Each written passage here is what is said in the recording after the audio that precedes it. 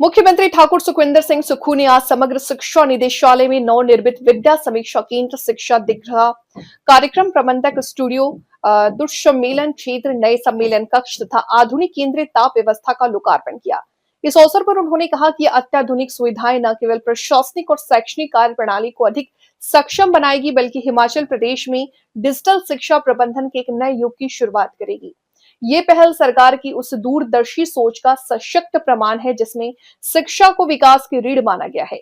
मुख्यमंत्री ने कहा कि पिछले 3 वर्षों में प्रदेश सरकार ने शिक्षा को सर्वोच्च प्राथमिकता देते हुए अनेक निर्णायक सुधार लागू किए हैं, जिनके सकारात्मक परिणाम आज स्पष्ट रूप से सामने आ रहे हैं।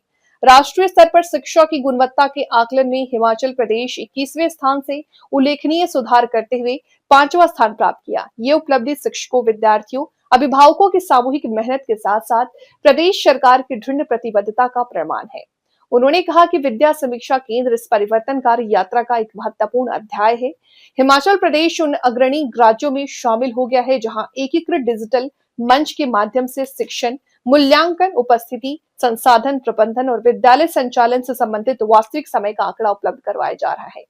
अभ्यास हिमाचल भू स्थानिक तकनीकी आधारित स्मार्ट उपस्थिति प्रणाली तथा निपुण प्रगति जैसे नवाचार विद्यार्थियों के सीखने के स्तर को वैज्ञानिक विश्लेषण सुनिश्चित कर रहे हैं।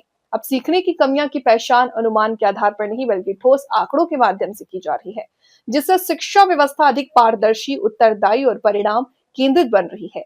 उन्होंने कहा, शिक्षक सहायक डिजिटल उपकरण शिक्षकों के लिए एक सशक्त मंच बनकर उभरा है। इसके माध्यम से शिक्षक शिक्षण सामग्री, दिशा निर्देश, शैक्षणिक संसाधन त्वरित रूप से प्राप्त की जा रही है। ठाकुर सुखविंदर सिंह सुक्खू ने कहा कि राज्य सरकार की प्राथमिकता केवल नए संस्थान स्थापित करना नहीं है, बल्कि मौजूदा शैक्षणिक संस्थानों को सशक्त, सक्षम और आधुनिक बनाना है, ताकि गुणवत्तापूर्ण शिक्षा दूरस्थ और ग्रामीण क्षेत्रों तक भी समान रूप से पहुंच सके। उन्होंने कहा कि प्रदेश सरकार विद्यार्थियों में 21वीं सदी के कौशल विकसित करने के लिए प्रयासरत है। मुख्यमंत्री ने कहा, आगामी शैक्षणिक सत्र से प्री नर्सरी से 12वीं तक विद्यार्थियों द्वारा स्कूल परिसर में मोबाइल फोन ले जाने पर प्रतिबंध लगा दिया। अध्यापक अपने मोबाइल फोन स्टाफ रूम में या बैग में रख सकते हैं। मुख्यमंत्री ने कहा कि गुणवत्तापूर्ण शिक्षा प्रदान करने की दिशा में दृढ़ता से कार्य किया जा रहा। स्कूली पाठ्यक्रम में संगीत, संस्कृति, भविष्य के विषयों का समावेश किया जाएगा। उन्होंने कहा कि प्रदेश सरकार शिक्षा विभाग में व्यापक स्तर पर भर्तियां करने जा रही है, जिसमें अस्थायी व स्थायी दोनों तरह की भर्तियां की जाएंगी। अस्थायी भर्तियां 5 वर्ष के लिए, अस्थायी भर्तियां बैच वाइज प्रतिस्पर्धा के आधार पर होगा।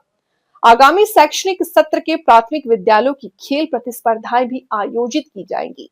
उन्होंने कहा, वर्ष 2032 तक प्रदेश के हर विधानसभा क्षेत्र में देश के सबसे बेहतरीन स्कूल होंगे।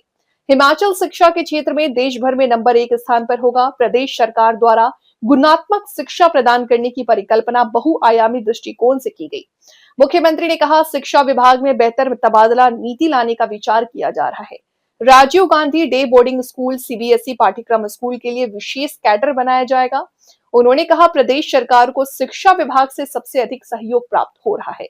इस अवसर पर मुख्यमंत्री ने संकल्प वर्कबुक का विमोचन किया। शिक्षा मंत्री रोहित ठाकुर ने कहा कि प्रदेश ने शिक्षा के क्षेत्र में अभूतपूर्व प्रगति की है। प्रदेश की साक्षरता दर 99.30% रह चुकी है।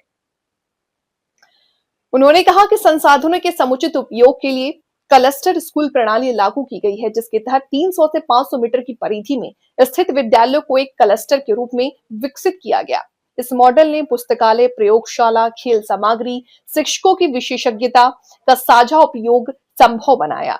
इससे गुणात्मक शिक्षा तक पहुंच, सीखने के अनुभव दोनों में सुधार हुआ। उन्होंने कहा, परफॉर्मेंस ग्रेडिंग इंडेक्स में भी हिमाचल का प्रदर्शन उल्लेखनीय रूप से उभरा है।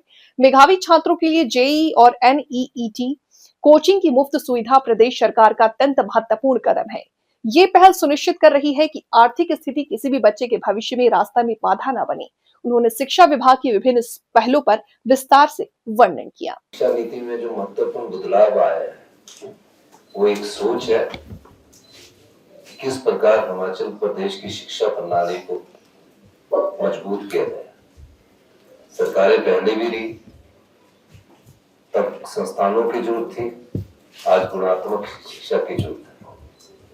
गुणात्मक शिक्षा में फैसले लेने का समय था। अब प्राइमरी एजुकेशन अलग था, डायरेक्टरेट ऑफ एजुकेशन अलग था, कैसे आपकी ये फाउंडेशन एजुकेशन से लेकर एलिमेंट्री एजुकेशन से लेकर सेकेंडरी एजुकेशन तक कैसे बढ़ा जाएगा?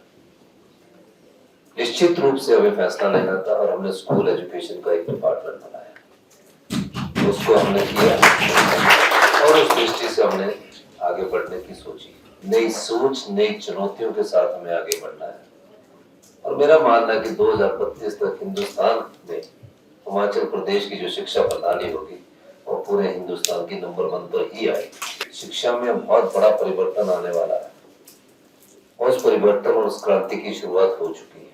मैंने इस बार भी Rajiv Gandhi day boarding school के लिए मेरे ख्याल 200 करोड़ रुपए का बजट रखा है और आगे भी रख रहे हैं। मतलब उनका इनिशियल स्टार्ट हो जाए, कैंपस होना जरूरी है। और बच्चे का शारीरिक विकास कैसे होगा? अगर उसमें शारीरिक विकास में अगर आपका करना तो स्पोर्ट्स भी चाहिए, स्पोर्ट्स के साथ संगीत भी चाहिए।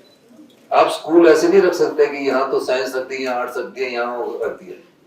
स्कूल की परिकल्पना ही पिछले 40 साल से ऐसी बिगड़ गई है कि स्कूल खोल दिए पर बच्चों को किसी को संगीत में रुचि है, किसी को खेलने में रुचि है, किसी को एक्सपोजर में आपस में बातचीत करने में रुचि है। इस दृष्टिकोण से Rajiv Gandhi day boarding school की परिकल्पना की है। मेरा मानना है कि 2032 तक हर एक विधानसभा क्षेत्र में 8 और 9 स्कूल प्री नर्सरी से लेकर +2 के होंगे, बेस्ट कैंपस इंडिया के होंगे, ऐसा हम सोचकर चल रहे हैं। और इस कैंपस के स्कूल में जो एक स्कूल होगा, चाहे सीबीएसई होगा चाहे कुछ होगा, उसमें सभी सब्जेक्ट होंगे और सभी सब्जेक्ट में स्पोर्ट्स का सब्जेक्ट भी होगा। शिक्षा के क्षेत्र में किसी भी प्रकार की कोई पैसे की कोई कमी नहीं है।